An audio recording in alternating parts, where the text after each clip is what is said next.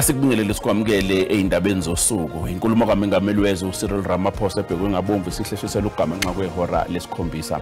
Njengabanje ke sinomhleli wombusazwe la eSABC uMzwandile Mbeje noma ke masingakamtholi uMzwandile Mbeje ke sixhumane nomhlaziyi wezokubusa kwezwe uThobani Zikalala. Thobani asikubingelele sikwamukele eindabeni zosuku.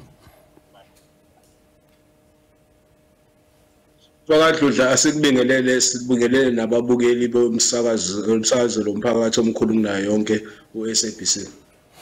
Njengoba kulindelekile uMengameli wezwe uCyril Ramaphosa kulindeleke ukuthi kungekudala thola inkulumo azobayibhekise ezweni. Ngokubona kwakho ngabe yini enza ukuthi uMengameli wezwe ahlehlise isikhathi sokuqala lenkulumo yakhe?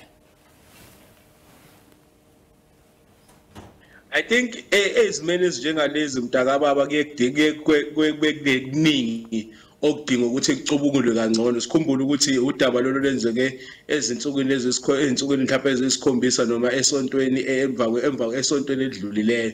Kodwa ke bekudingeka ukuthi umongameli angasuki ngokuphamazela ngoba isimo lesi esithinta kakhulu ukuphepha kwezwe, and of course even mhlambe uzinzo ikakhulukazi ezinhlakeni ezibhekelele nokwenza isiqiniseko sokuthi izwe lakithi liyakwazi ukuvikeleka. Ngakho ke akusona isinqumo esithatheka einqumo mhlambe kumele sithathwe noma umphakathi odinga ukuthi lapho umongameli aphume khona nezwi eliqinileyo akuyona into ethatheka kalula. Kokunye kwesikhathi ke kuyenzeka kakhulukazi sekujwayele omongameli kwenzeka ukuthi makumele bethathe izinqumo ezinjengalezi kube nalawo ma delays nje ngenxa yokuthi mhlawumbe kukhona lawo ma final details noma leyo mniningwane emincane edinga ukuthi ilungise ngenxa yokuthi kunabantu abathize abaningi izinqumo kumele zithathwe noma kufanele zithulwe namhlanje ezibathinta mhlawumbe kungeke kwizinye zalo endlela ngoba kufanele ubalance isimo sezepolitiki yezwe ngoba isikakhulukazi kwezombusazwe mntakababa izinqumo ngolimi lokucela itiye bathi azikho cut and dry akuzona isinqumo ongavela ukuthi hayi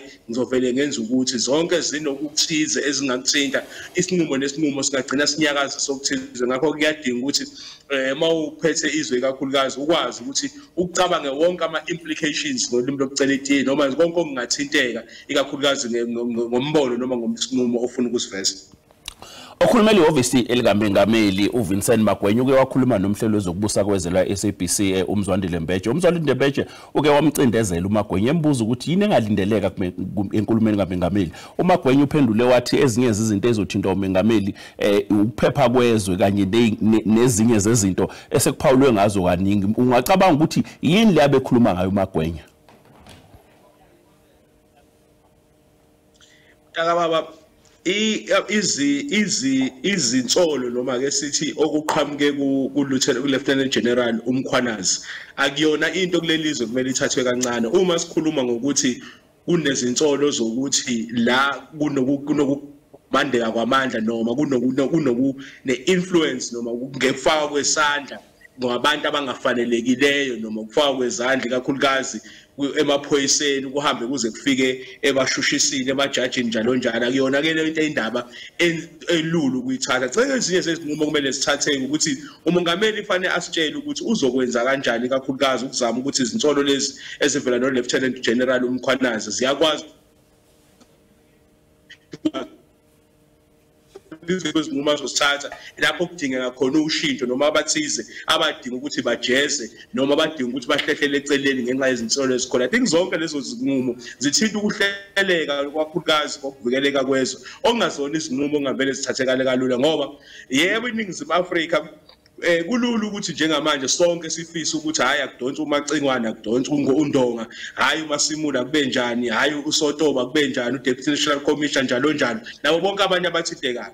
Kodwa sikukhumbule lokhu izinkinga zokuvikeleka kwezwe akuzona izinkinga nje ezithinta mhlawumbe abantu ngabona ngokubona kwabo kodwa izinto ezithinta istructure noma ke ukuhleleka kwakho konke kwezinhlaka zonke zezokuphepha ezenza ukuthi kuyafuneka ukuthi umongameli uma ethatha isinqumo angagcini nje ngokusitshela ukuthi uzokwenzani ngabantu ngasiqu sabo kakhulukazi uMacengwane, uNdonga kanye noSotobe mhlawumbe noMasimula, kodwa fana ahamba azasitshela ukuthi uzokuyini azoyenza ezokwenza ukuthi uhlaka lozokuphepha kuleli lizwe luyazama ukuthi lilungiseleke, ngenxa yokuthi izwe siphila kulona selibuka kuyizwe mhlawumbe elingaphephile, ngenxa yokuthi sekunaleya nto yokuhlangana phakathi kosomabhizinisi abantu abazimele egeceni, izigebengu kanye nalabo abanikwe umsebenzi wokuvikela izwe okungamaphoyisa, yilabo abanikele umsebenzi wokushushisa abashushisi, amajaji njalo njalo. Kubuye ukuthi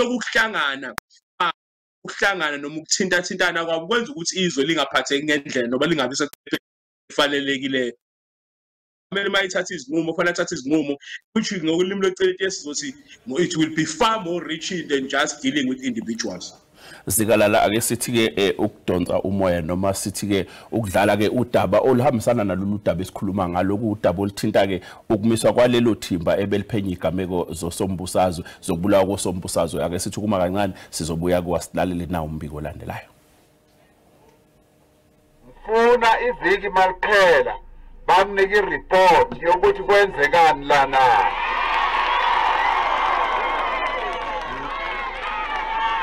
Ngoba sakhipha i-task team yamaphoyisa ukuthi bake bazama ukuthi bayenze ama-investigations sithole kahle ukuthi kwenzekani la.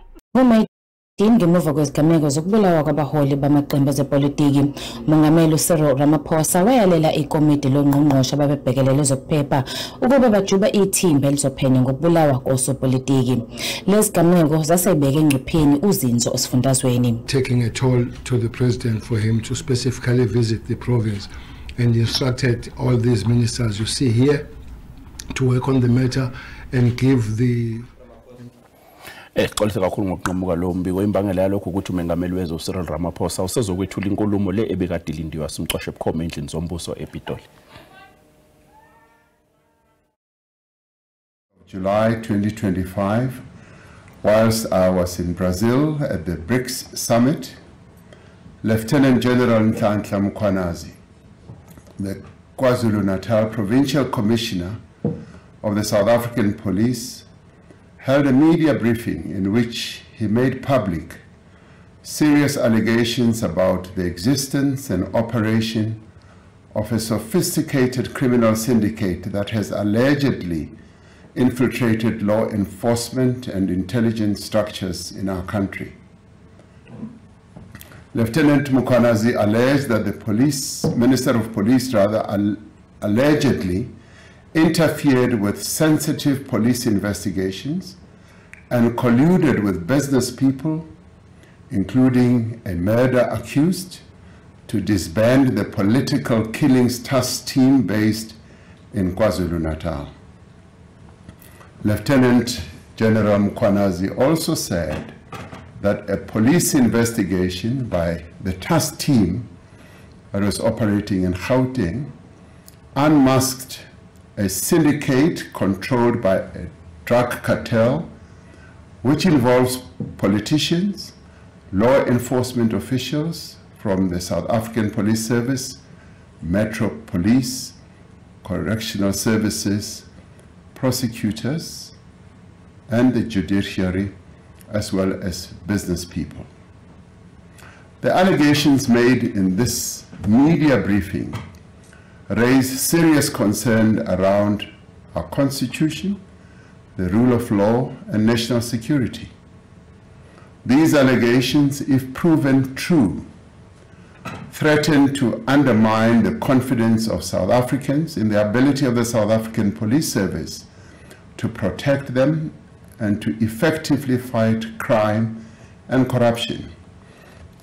South Africans are concerned about corruption and the rise of criminality in our country, which manifests itself in the killing of innocent people, gender-based violence, gang violence, kidnappings, construction mafia criminality, and in many other ways. As we intensify the fight against crime, it is vital that we safeguard the integrity and credibility of the police and other law enforcement agencies. These allegations, therefore, call for an urgent and comprehensive investigation.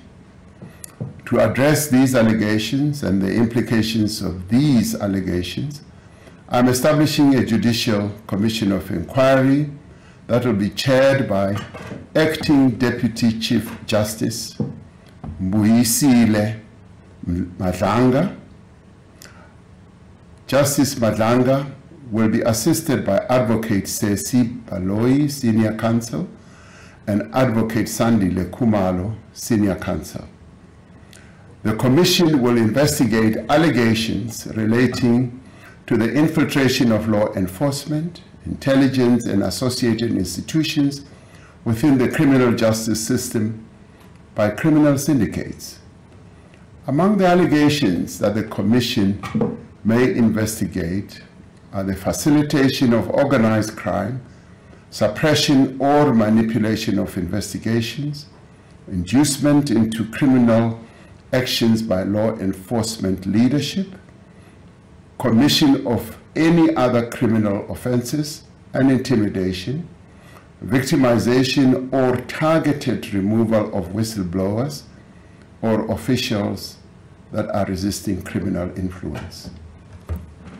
The Commission will investigate the role of current or former senior officials in certain institutions who may have aided or abetted the alleged criminal activity, or failed to act on credible intelligence or internal warnings, or benefited financially or politically from a syndicate's operations. These institutions are the South African Police Service, the National Prosecuting Authority, State Security Agency, the Judiciary, and the Magistracy, and the Metropolitan Police Departments of Johannesburg, Ekurhuleni, and Tshwane.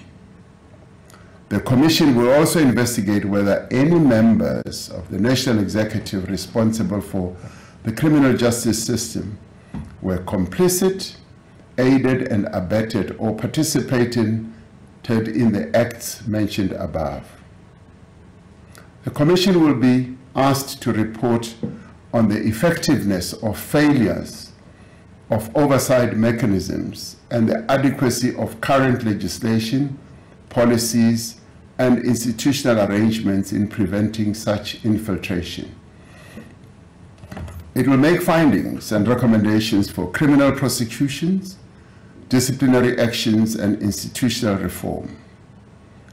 Once established, the Commission shall consider prima facie evidence relating to the involvement of individuals who are currently employed within law enforcement or intelligence agencies. Where appropriate, the Commission must make recommendations on the employment status of such officials currently employed, including whether they should be suspended pending the outcome of further investigations. The Commission will have the power to refer matters for immediate investigation and urgent decisions on prosecution, taking into account the nature of the allegations and the evidence the Commission will uncover. It is critical that these matters be attended to with the necessary urgency and thoroughness. The Commission is expected to complete its work and submit a final report to the President. Interim reports will be expected after 3 months and 6 months, respectively. The final report of the Commission will be sent to the Speaker of the National Assembly and to the Chief Justice.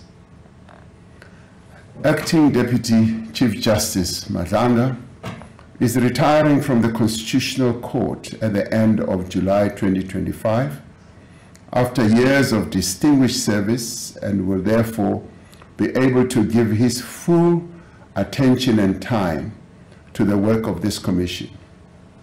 In order for the Commission to execute its functions effectively, I have decided to put the Minister of Police, Mr. Senzo Mkhunu, on leave of absence with immediate effect.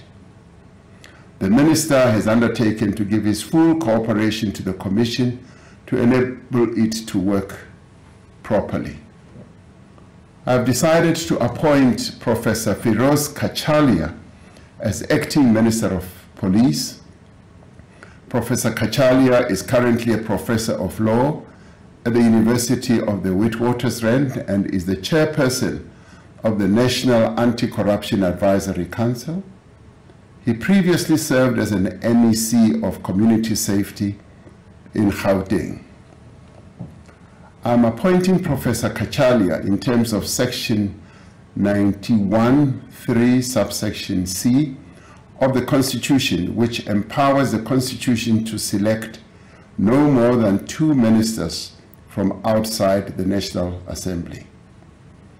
Professor Kachalia will be retiring from his current position at the University of Witwatersrand at the end of July this year. I will, in the interim, appoint an acting minister from within cabinet until Professor Kachalia takes up his post at the beginning of August. The interregnum, therefore, will be just a little over 2 weeks. This commission is being established against the backdrop of significant progress that has been made in rebuilding and strengthening our country's law enforcement agencies and security services. In recent years, the South African Police Service, the Special Investigating Unit, the SIU, and the Asset Forfeiture Unit and other bodies have been making great progress and inroads in the fight against organized crime and corruption. It is essential that we maintain this momentum and that we intensify the work that is currently underway. We will ensure that the South African Police Service and other law enforcement agencies continue to function without hindrance as the Commission undertakes its work. I call on all members of our law enforcement agencies, as well as security services, to remain steadfast in upholding the rule of law of our country and adhering to their code of conduct. I therefore call on all South Africans to support the Commission in the work that it is going to do where appropriate, and to provide any information or assistance the Commission may require. In establishing this Commission of Inquiry, we are affirming our commitment to the rule of law, to transparency, and to accountability. And we are also enhancing the work that is underway to build a South Africa in which all our people are safe and secure. I thank you. Lo-ke mbukeli njengoba umuzwe bonga umengameli wezwe Cyril Ramaphosa usedalule ukuthi kuzosungulwa ke ikhomishana ezophenya ngeinsolo ezithinta inhlaka zokuphepha sithi qhu eyitolo usekhona umhlaziyi wethu Thobanzikalala sizobuya sizoqhubeka naye sinkanganye udaba olulushiwo umengameli wezwe Cyril Ramaphosa ungayindawo.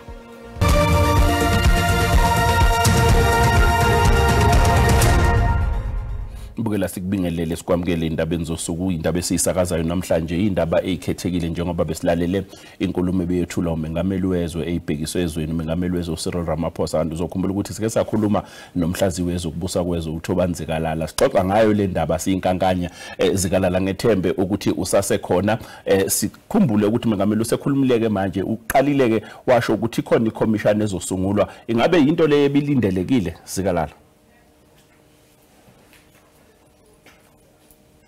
Ngicabanga ngokuthi ngokomlando waseNingizimu Afrika nama-Judicial Commission of Inquiry asebemaningana siyakhumbule from the Farnham Commission to the recent one esiphuma kuyona njengamanje i-commission le kaZondo ebibheka ukuganywa kwamandla ombuso. Ngicabanga ukuthi akekho eNingizimu Afrika owumhlali nje belindele ukuthi umongameli engafisa ukuhlalisa enye iJudicial Commission of Inquiry, ikakhulukazi uma umlando wethu usitshela ukuthi izinqumo eziphuma noma iziphumo iziphakamiso eziphuma kulama commissioner eNingizimu Afrika kaze mhlambe kukhombisa ukuthi ziyalandelelwa zithathwa njengento eseriya ebalekile. Isikhathi esiningi lezinto zama Judicial Commission of Inquiry kuyindlela zomongameli ukubaleka ekuthatheni izinqumo okufanele ngabe bayazithatha ngaleso sikhathi. Mhlawumbe omunye umuntu ebezothi bekumele mhlawumbe kube khona isinqumo esikhombisa ukuphuthuma noma i-agency noma kulimi lokucela itiye ekhombisayo ukuthi umongameli ukhathazeke kakhulu ngalolu daba. Kodwa umongameli bayesasitshela ngezinyanga ezithathu esitshela nge-Judicial Commission of Inquiry ekakhulukazi kuyomele izoqala emva kokulinda ukuthi u-acting chief justice i-judge uMadlanga the retired constitutional court ama-commission siyawazi ayidinga ukuthi asethaphwe kahle before akwazi ukuthatha ubufakazi. Kumina kuyinto nje yokuhambisa isikhathi ukuze kubonakale ngathi umongameli khona into ayenzayo ngalesi simo esithusa kangaka esibhekene ngakho. Andicabanga ukuthi umongameli ukhombisile ukuthi lolu daba liyaphuthuma lifuna ukuthatha isinqumo esikhulukazi. Ikakhulukazi mawilalela inkumo yakhe ayikhombisi njengomuntu mhlawumbe okhombise ukuthuka, unomuntu nje okhuluma nje ngathi ezinye zezinto ezenzekayo ezweni lezakhuluma ngazo. Zikalala ake siphinde sithi uGwinyamathe sizobuya kuwe. Siyabuya njengamanje mbukela ungathinyaka.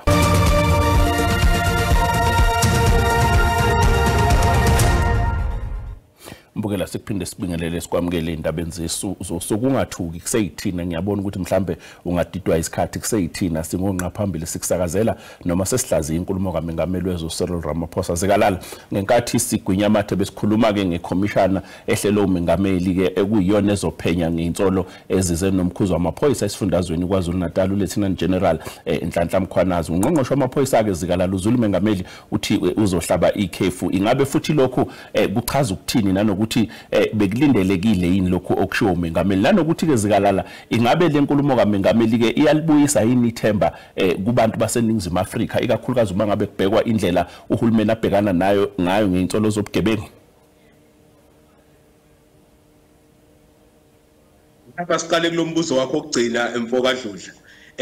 Nami njengomhlali waseNingizimu Afrika emva kokulalela umongameli ethula lenkulumo ayikhulumayo, angicabanga ukuthi bengizobukelwa yithemba ukuthi khona umongameli afisa ukwenza ukuzama ukulungisa kakhulukazi emva kwami ngoba ushumba komkhuzo wamaphoyisa ekhulume izinsolo ezisithusa kakhulu ngokusebenza ngamaphoyisa nane influence noma ukufaka kwezandla kwabantu abangasiwa amaphoyisa nabanye nendlela amaphoyisa asebenza ngayo. Ngicabanga ukuthi lonto into ebithusa kakhulu ebizodinga ukuthi umongameli athathe isinqumo ezincane noma akhulume njengomuntu okhombisa ukuthi naye ufana njengathi uthukile. Kodwa mawilalela inkulumo yakhe ayivusa ukuvuza ayimenza umuntu waseNingizimu Afrika asibone ngathi khona okukhulu okwenziwayo. Mase sikhuluma lokho kokugcina oqale ngakho Mtaba, cha uMacingwane usewungqongqoshe eNingizimu Afrika, yebo ke usekhefini ukuthi emva ukuthi kudlulisa isikhathi sokuthi kuphenywe ngalolu daba, kodwa usangungqongqoshe. Ingakho ku-appoint acting minister ngoba usangungqongqoshe akasusiwe esikhundleni ukuze akwazi ukuphenywa kangcono, kodwa uhlenqisiwe nje wathathiswa ikhefu wawuhlala ekhaya. Konke okungama-benefits akhe nemiholo yakhe ade eyithola njengongqongqoshe usazoyithola. Okunye ke uzothi mhlawumbe even ne-influence akade nayo emaphoyiseni usengaba nayo ngoba akakaphumi ngokugcwele esikhundleni. So lokho kube ezinye izinto ezizothi impela siyafisa ukuthi uma siqhubeke nomgqibho waseNingizimu Afrika othi wonke umuntu umsulwa ngaphambi kokuthi azatholakale necala, kodwa izinsolo ezinjengalezi ziyezifuna ukuthi umongameli abe decisive ngendlela yokuthi laba abasolwayo bashenqiswe babeke eceleni ukuze bezokwazi ukuphenywa kangcono ukuze sikwazi ukuthola iqiniso, ngoba izinsolo ezibekwe umkhuzo wamaphoyisa kwaZulu-Natal ziyethusa. Kanti ke futhi siyazi ukuthi ukungcola noma ukungahambi kahle kwezinto ezikakhulukazi criminal justice eNingizimu Afrika akugcini nje kuphela lapha phezulu, kuyadinga ukuthi kuhlanzwe istructure se-criminal justice aseNingizimu Afrika. Kodwa umongameli indlela akhuluma ngayo ukhuluma nje ngathi ezinye zezinto lezi ezikhulunyiwe ezenzakalile zizodlula. Ingakho umbona esivala amehlo nge-Judicial Commission of Inquiry engathatha isikhathi esingaphezulu kwalo 3 months okukhulunywa ngawo, ongagcina futhi kwenzeka ukuthi nezinqumo ezinqala zigcine zingathathwa ngoba ubheka nje kumanje ama-Judicial Commission of Inquiry amadala izinqumo noma engakathathwa kuyona nanokuthi baningi abantu abangashushiswa kuyona. So lento yama-commission eNingizimu Afrika isiyingenye zeyingxenye zokwenza engathi khona okwenziwayo kodwa kube kungenziwa lutho.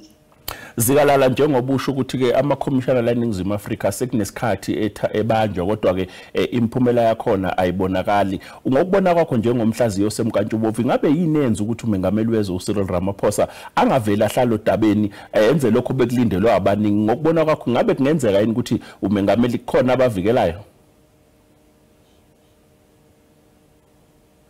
Asikhumbuleke mntakababa ukuthi kulezi zimo zezombusazwe ukuze usithathe izinqumo ngoba ngeke ngasho eqaleni masikhuluma ngendaba ukuthi yini ebanga ukuthi kube khona ukudileya kancane.